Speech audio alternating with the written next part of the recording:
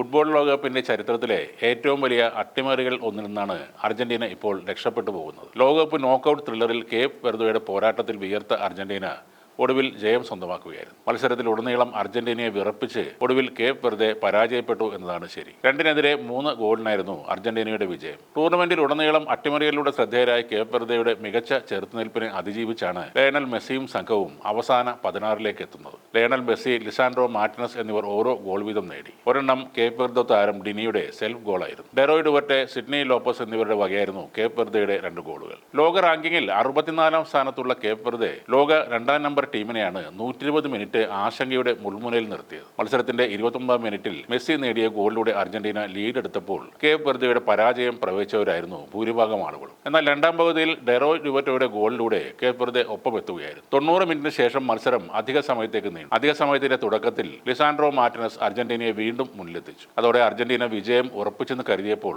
11 മിനിറ്റുകൾക്ക് ശേഷം Cape വെർദെയുടെ Sydney Lopez Cabral ഒരു തകർപ്പൻ ഗോളിലൂടെ വീണ്ടും സമനില പിടിച്ചു. മിയാമിയിലെ സ്റ്റേഡിയത്തിന് തീപിടിച്ച നിമിഷങ്ങളായിരുന്നു അത്. ഈ ലോകകപ്പിലെ ഏറ്റവും മികച്ച ഒരു ഗോൾ കൂടിയായിരുന്നു. എന്നാൽ അധിക സമയത്തിന്റെ രണ്ടാം പകുതിയിൽ ലയണൽ മെസ്സിയുടെ തകർപ്പൻ കോർണറിൽ നിന്നും ക്രിസ്ത്യൻ റൊമേറോയുടെ ഹെഡർ കേപ്പ് വെർദെ താരം ഡിനി ബോർഗസിന്റെ ശരീരത്തിൽ തട്ടി സെൽഫ് ഗോളിൽ അവസാനിച്ചപ്പോൾ അർജന്റീന വിജയം ഉറപ്പിക്കുകയായിരുന്നു. ഈ ടൂർണമെന്റിൽ ഉടനീളം മികച്ച പ്രകടനം പുറത്തെടുത്ത കേപ്പ് വെർദെ ലോകകപ്പ് ചരിത്രത്തിൽ ആദ്യമായാണ് നോക്കൌട്ട് ഘട്ടത്തിലെത്തിയത്. അർജന്റീനയുടെ ഗോൾ കീപ്പർ എമിലിയാനോ മാർട്ടിനസിന്റെ അവസാന നിമിഷത്തെ ചില നിർണായക സേവുകൾ ഇല്ലെങ്കിൽ കഥ വേറൊന്നായി മാറിയേനെ. അതേപോലെ കളിയിൽ ഉടനീളം മിന്നും സേവുകളുമായി തിളങ്ങിയ കേപ്പ് വെർദെ ഗോൾ കീപ്പർ വൊസീഞ്ഞയുടെ പ്രകടനവും അതിഗംഭീരമായിരുന്നു. തോൽക്കാൻ മനസ്സില്ലാതെ ഇരു ടീമുകളും അവസാന നിമിഷം വരെ കൊണ്ടും കൊടുത്തും പോരാടിയ മത്സരത്തിൽ നിലവിലെ ചാമ്പ്യന്മാരെ അടിമുടി വിറപ്പിച്ചാണ് കേപ്പ് വെർദെ മടങ്ങുന്നത്. ടൂർണമെന്റിലെ കേപ്പ് വെർദെയുടെ ആദ്യ തോൽവി കൂടിയാണ്. ഇന്നത്തെ മത്സരം ഫുട്ബോൾ ലോകത്തിന് സമ്മാനിച്ചത് ഈ ടൂർണമെന്റിലെ ഏറ്റവും ആവേശകരമായ മത്സരങ്ങളിൽ ഒന്നായിരുന്നു. ലോകം എമ്പാടുമുള്ള ഫുട്ബോൾ പ്രേമികളുടെ സ്നേഹവും ബഹുമാനവും നേടിയാണ് കേപ്പ് വെർദെ മടങ്ങുന്നത്. എതിരാളികളെ നിസ്സാരമായി കണ്ട അർജന്റീന